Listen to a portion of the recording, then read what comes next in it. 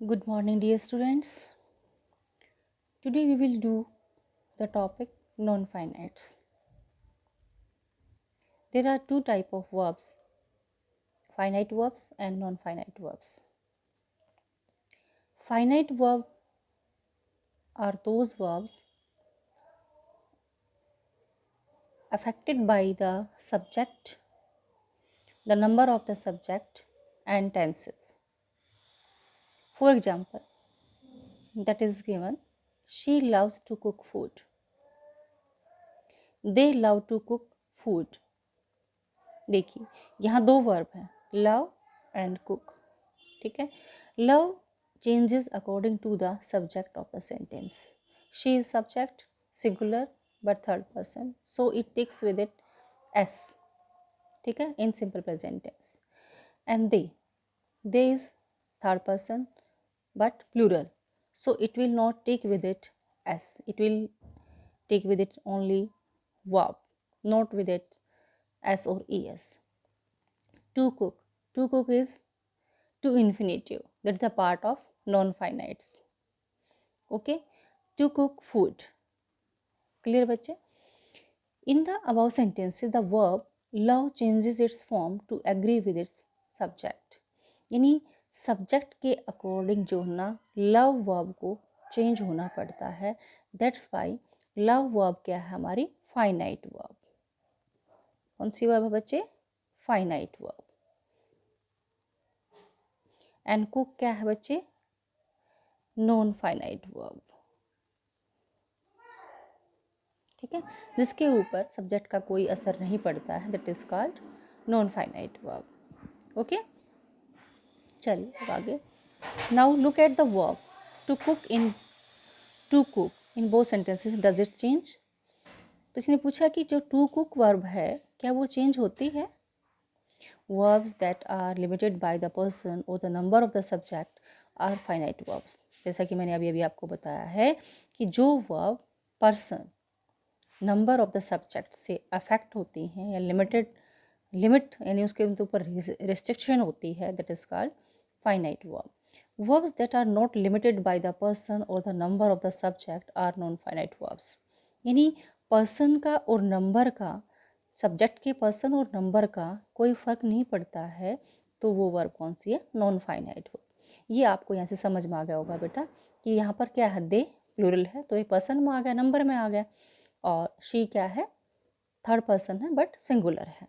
ठीक है, इसलिए यहाँ पर लव जाया है. चलिए अब आगे. रीड, जैसे मैंने आपको करवाया भी था, ये देखो ये मैंने बोर्ड पे भी करवाया है आपको ये चीज़. Non finite.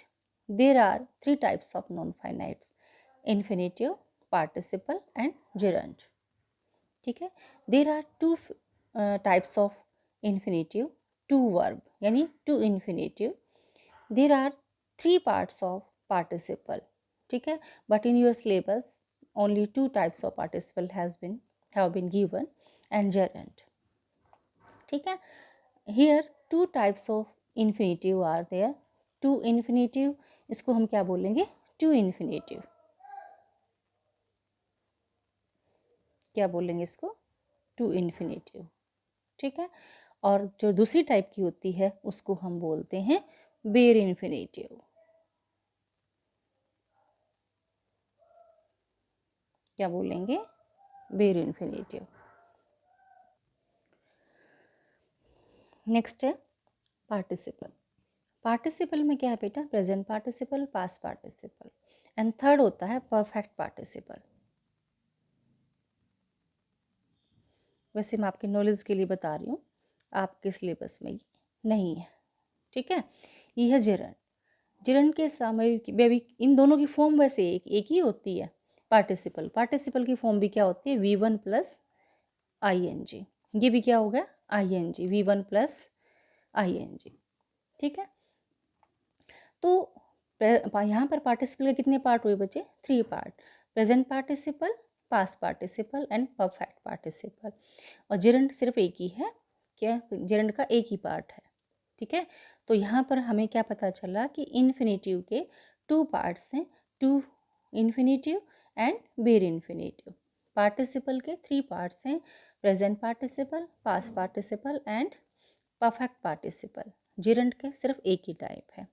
ओके, अब चलिए इन दोनों का है ना, देखो ये भी V1 plus I N G है, ये भी V1 plus I N G है, जिसको कि हम V4 बोल देते हैं, V4 बोल देते हैं जिसको।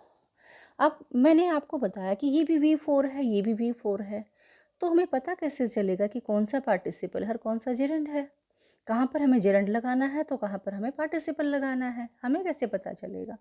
हमें पता ऐसे चलेगा बेटा, अगर वो V4 जो है वो एडजेक्टिव का काम करेगा, ठीक है, अगर वो एडजेक्टिव का काम करेगा तो वो पार्टिसिपल है, और अगर वो नाउन का काम करता है सेंटेंस के अंदर तो वो क्या है बच्चे? जेरंड है। Is that clear? चलिए आगे। अब चलिए ये देखो, read a few more examples. यहाँ पर आपको और ज़्यादा क्लियर करने के लिए एग्जाम्पल दिए गए हैं। The question appears to be easy. Question एक है ना, इसलिए अपीयर्स आया है, टू बी सेम रहा आपके यहाँ। The questions appear to be easy, questions plural आ गया, इसलिए यहाँ पर सिर्फ अपीयर आया है। आगे देखिए, टू बी क्या है? To infinitive. अब देखिए, the torn chart papers were replaced. Torn chart, chart कैसा है बेटा? टॉर्न है, तो ये क्या हो गया? टॉर्न, टॉर्न हो गया आपका एडजेक्टिव, ठीक है। रिप्लेस्ड, टॉर्न जो पेपर थे, चार्ट पेपर थे, उनको रिप्लेस किया गया था। The torn chart paper was replaced. तो देखिए यहाँ पर वर, यहाँ पर वॉज, ये दोनों क्या हैं? Finite verb. ये दोनों क्या हैं? Finite verb. ये बी की फॉर्म है, ये वॉज वर, ठीक है। लेकिन टॉर्न तो चेंज नहीं हुआ ना, टॉर्न चार्ट, टॉर्न चार्ट, ठीक है। तो टॉर्न ही यहाँ पर क्या है? एडजेक्टिव, और एडजेक्टिव है तो क्या बन गया ये? क्या बन गया बच्चे? पार्टिसिपल, ठीक है। क्या बन गया एडजेक्टिव बनते ही? ये पार्टिसिपल बन गया। Is that clear? आगे चलते हैं, चलो। टॉकिंग पैरट्स आर रेयर, ठीक है। ए टॉकिंग पैरट इज रेयर। तो पैरट का क्या है? ये एडजेक्टिव है। क्या है ये? क्या होगा ये? एडजेक्टिव। एडजेक्टिव है तो क्या बन गया? पार्टिसिपल। अब मैं ये एक सेंटेंस लिख के बताती हूँ आपको। Talking, talking is the best way to convey our ideas, to convey our ideas. अब देखिए यहाँ पर, अब यहाँ पर दोनों दो चीज़ें हो गई हैं। टॉकिंग, यहाँ टॉकिंग किसका काम कर रहा है बेटा? नाउन का काम कर रहा है ये। तो नाउन का काम कर रहा है तो क्या बन गया ये? जिरंड बन गया है। Is that clear? ये नाउन का काम किया तो क्या बन गया बच्चे? जरंड बन गया। अब देखिए आगे पूरा सेंटेंस देखिए। Talking is the best way, ठीक है। इज हो गया एक तो verb, talking is the best way, तो इज क्या है? इज फाइनाइट वर्ब है। To convey, convey, conveyed, conveyed, convey का मतलब किसी चीज़ को हमें पास करना, ठीक है, आगे करना। टू कन्वे आर आइडियाज, तो टू कन्वे क्या हो गया? To infinitive. ये क्या बन गया बच्चे? ये बन गया हमारा टू इन्फिनेटिव। तो इस एक ही सेंटेंस के अंदर नाउन भी आ गया, यानी जेरेंड भी आ गया, और टू इन्फिनेटिव भी आ गया। आ गए ना दोनों टाइप के। Is that clear now? अब आगे मैंने आपको करवा दिया है ये चीज़ आपको। अब देखिए, अब हम आते हैं, remember tenses have to agree to the subject in number और person and so they changed form. कि टेंसेज जो है ना वो नंबर और पर्सन से बिलोंग करते हैं सब्जेक्ट के, इसलिए वो चेंज हो जाते हैं। मैंने आपको पहले भी बताया है कि जो सब्जेक्ट, जो वर्ब जो है ना सब्जेक्ट और टेंस के अकॉर्डिंग बदल जाती है, that is called finite verb. A non finite verb doesn't change it's form. Obviously जैसे मैंने अभी बताया कि टू कन्वे क्या था? नॉन फाइनाइट वर्ब है, तो वो चेंज नहीं होती है। Hence it's also called a verb without tense. इसलिए इस वर्ब को हम वर्ब विदाउट टेंस भी बोल सकते हैं। किसको? विदाउट टेंस को हम नॉन फाइनाइट वर्ब भी बोलते हैं। यानी इसका उल्टा क्या है कि नॉन फाइनाइट वर्ब को हम क्या बोल सकते हैं? Verb without tense. यानी ऐसी वर्ब जिसका कोई टेंस नहीं होता है, जिसका कोई नंबर नहीं होता है, जिसका कोई टेंस और नंबर से कोई लेना देना नहीं है। चलिए अब आगे, the infinitive, worksheet 2, the infinitive. He agreed to play the match. He agreed to play the match. तो agree क्या है बेटा? Finite verb. टू प्ले क्या है? टू इन्फिनेटिव दे रखा ना ऊपर, द इन्फिनेटिव। इस सिलेबस में आपके में बेर इन्फिनेटिव नहीं दे रखा है यहाँ पर। नेक्स्ट देखिए, I decided to buy the dress. To buy क्या हो गया बेटा? Infinitive, to infinitive. We expect our team to win the tournament. हम अपने टूर्नामेंट को जीतने की उम्मीद करते हैं, अपनी टीम के टूर्नामेंट जीतने की उम्मीद करते हैं। तो क्या एक्सपेक्ट क्या होगा बेटा यहाँ पर? Finite verb. टू विन क्या हो गया? To infinitive verb, non finite यानी। क्लियर? चलिए यहाँ देखिए, an infinitive is formed by adding to the base form of a verb. या base form of the verb कैसे? जैसे विन है, बेस फॉर्म है। बेस फॉर्म का मतलब क्या है? First form of the verb. ठीक है, जैसे यहाँ पर डिसाइड है, एग्री है। क्लियर? चलिए, complete the sentences given below by filling the blanks with infinitive of the verbs in the bracket. To switch on the computer press the green button. ठीक है, to switch on the computer press the green button. To hear him singing is a torture. ठीक है, to switch on the computer, ये क्या है? To infinitive है। यानी computer को स्विच ऑन करना, प्रेस द ग्रीन बटन करने के लिए, यानी कंप्यूटर को स्विच ऑन करने के लिए हमें क्या करना है? Press the button, green button. ठीक है, देखिए ये भी टू हियर यहाँ किसके लिए या यूज हुआ है? इसका यहाँ पर पर्पस के लिए। To hear him singing, to hear him singing is a torture. यानी उसको गाते हुए सुनना टॉर्चर है, यानी उसकी आवाज़ जो है ना वो अच्छी नहीं है, इसका मतलब वो बहुत बुरा गाता है। तो उसको गाते हुए सुनना जो है ना बहुत टॉर्चर है। To hear him singing, singing क्या है यहाँ पर? जिरंड है। ठीक है, चलिए, my idea of happiness is to spend time with my family. ठीक है, तो यहाँ पर बेसिक वर्ब क्या है? इज है, बी है, बी की फर्स्ट फॉर्म आ गई है। क्लियर? आगे है, your job is to deliver the packet on time. तो टू डिलीवर, टू इन्फिनेटिव आ गया यहाँ पर। The baby doesn't want to go to sleep. ठीक है, सिंपल प्रेजेंट टेंस है ये। बेबी जो है ना सोना नहीं चाहता। Everyone has the right to speak their mind. ठीक है, यानी जो उसके दिमाग में होता है वो हर कोई बोलने का अधिकार रखता है। Ritika is keen her friends to meet her friends. ठीक है, मिलने के लिए। To see them together was a pleasant experience, यानी उनको इकट्ठा देखना। To see them, to infinitive आ गया।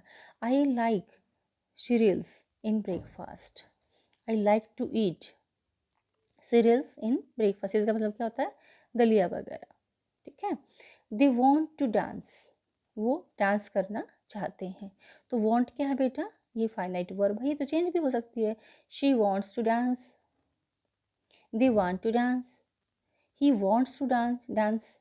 ठीक है, तो ये चेंज हो सकती है।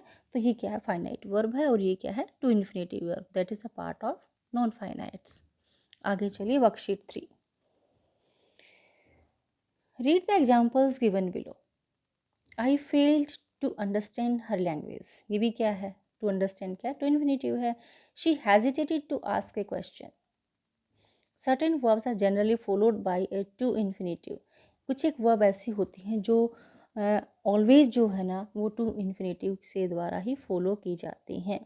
जैसे यहाँ पर देखिए, I forgot to invite her, they threatened to show the company.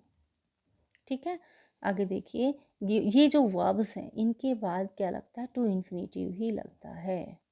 ठीक है, given below is a list of the verbs that are generally followed by an infinitive. जैसे एग्री है, एग्री के बाद टू इन्फिनेटिव ही आएगा।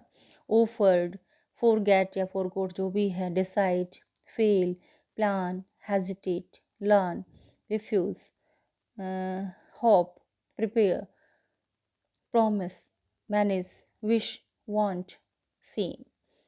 In such type of verbs, these are all finite verbs, but after these verbs, mostly 99% these verbs are used with to infinitive. ठीक है, next चलिए.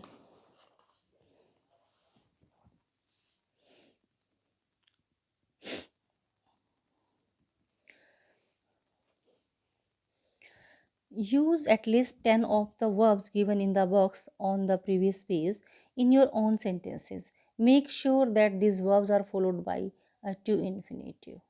ठीक है, देखिए एग्री वर्ब था ना वहाँ पर, agree, I agree to meet him, मैं उससे मिलने के लिए एग्री करता हूँ. I refer, I offer to meet him, नहीं, I offer to give him a gift, I offer to give him a gift. Offer यानी ऑफर करने का मतलब क्या, किसी को कुछ देना, उसको प्रपोज करना. ठीक है, I forget to, I forgot to invite him at the dinner. ठीक है, to invite him at the dinner. To do my homework, I for, वो भी ठीक है. आई फॉरगेट नहीं, आई फॉरगॉट, मैं भूल गया. To do my homework. I decide to meet him, I decide to go there, ये ज़्यादा ठीक रहेगा. I decide to go there. ठीक है, आई आगे क्या है, फेल्ड, आई फेल्ड टू, क्या उसको मनाने का क्या बोलेंगे, टू मेक हिम एग्री, किसको एग्री करने के लिए मैं फेल हो गया. ठीक है, तो ये ऐसे सेंटेंस आप बनाओगे. क्लियर, उनको लेकर के. नेक्स्ट है worksheet 4. To infinitive can be used in various patterns. Study the following sentences and understand these patterns. They hoped to receive the letter soon. She refused to comment on the matter. ये क्या है, verb, ये क्या है, infinitive. ठीक है, I know how to put a shell in a watch. यानी इसको चेंज कर दिया. I know, क्या, कैसे, मैनर बता दिया. How to put the shell in a watch. She remembered where to contact him. तो where क्या है, क्वेश्चन, यानी एक्सेप्ट वाई, वर्ड वाई भी आ. ठीक है, note that verb such as ask, decide, explain, forget, learn, remember generally follow this pattern. यानी इस टाइप की जो वर्ब हैं वो इस टाइप के पैटर्न को फॉलो करती हैं. ठीक है, जैसे ना I explained how to solve it, किसको कैसे सॉल्व किया, जैसे मैंने इसको एक्सप्लेन किया, समझ आया. आई learned how to drive a car. I learned how to drive a car. I forgot where to go. कहाँ जाना है, मैं भूल गया. ठीक है, इन्हीं इस टाइप के वर्ब के पास ऐसा कुछ आता है. जैसे देखिए, he will teach you how to speak in English. ठीक है, मैनर वाली बात आ गई ना यहाँ पर, वो तुम्हें सिखाएगा कैसे इंग्लिश बोला जाता है. Can you tell me where to find this book, क्या आप मुझे बता सकते हैं कि ये बुक कहाँ मिलेगी. तो यहाँ पर जो सारे क्या है, क्वेश्चन वाले हैं ये, वेयर. ठीक है, और यहाँ पर जैसे वाई था, वाई नहीं आएगा, बाकी वेयर एंड वेयर आ जाएगा बेटा. हाउ आ जाएगा, हाउ क्योंकि मैनर को शो करता है, और वेयर किस चीज़ को शो करता है, प्लेस को शो करता है. ठीक है, next, note that verb such as show, ask, tell etcetera generally follow this pattern. Remind me to call him. ठीक है, don't force him to quit the job. ये वर्ब है, ये ऑब्जेक्ट है, ये टू इन्फिनेटिव है. अब देखिए, now note that verb such as advice, allow, invite, order, permit, remind, force etcetera follow such pattern. I need a stapler to bind the papers. मुझे एक स्टेपलर की ज़रूरत है कि क्या करने के लिए, टू बाइंड द पेपर्स। ठीक है, you need a hammer to fix this chair. तो वही बात आ गई ना बेटा, हैमर क्या है, नाउन है। ठीक है, स्टेपलर क्या है, नाउन है। ये नीड क्या है, नीड है वर्ब। ठीक है, चलिए, note that when a noun or pronoun precedes an infinitive, it generally suggests what is to be done with it. It was nice of you to encourage the team. Nice of you, ये आप बहुत अच्छे हो कि आपने team को encourage किया. What was it silly of me, मैं कितना मूर्ख था to expect a bumper prize from a lottery, कि मैंने लॉटरी से जो है ना बम्पर प्राइज का एक्सपेक्टेशन की. टू एनकरेज, टू एक्सपेक्ट क्या है, ये इन्फिनेटिव है बेटा, ये ऑब्जेक्ट है यू एंड मी. ठीक है, और ये क्या है, सिली, मतलब wasn't it silly of me, यानी मेरा क्या है था, ये सिली मूर्ख था मेरी. नाइस अच्छा, मूर्ख, ये सब क्या है, एडजेक्टिव है बेटा एक पर्सन के, उनकी क्वालिटी है. ठीक है, तो आज हम यहीं तक करेंगे बच्चे, क्योंकि ये देखो, ये मैंने आपको, कल हम नेक्स्ट करेंगे. ओके,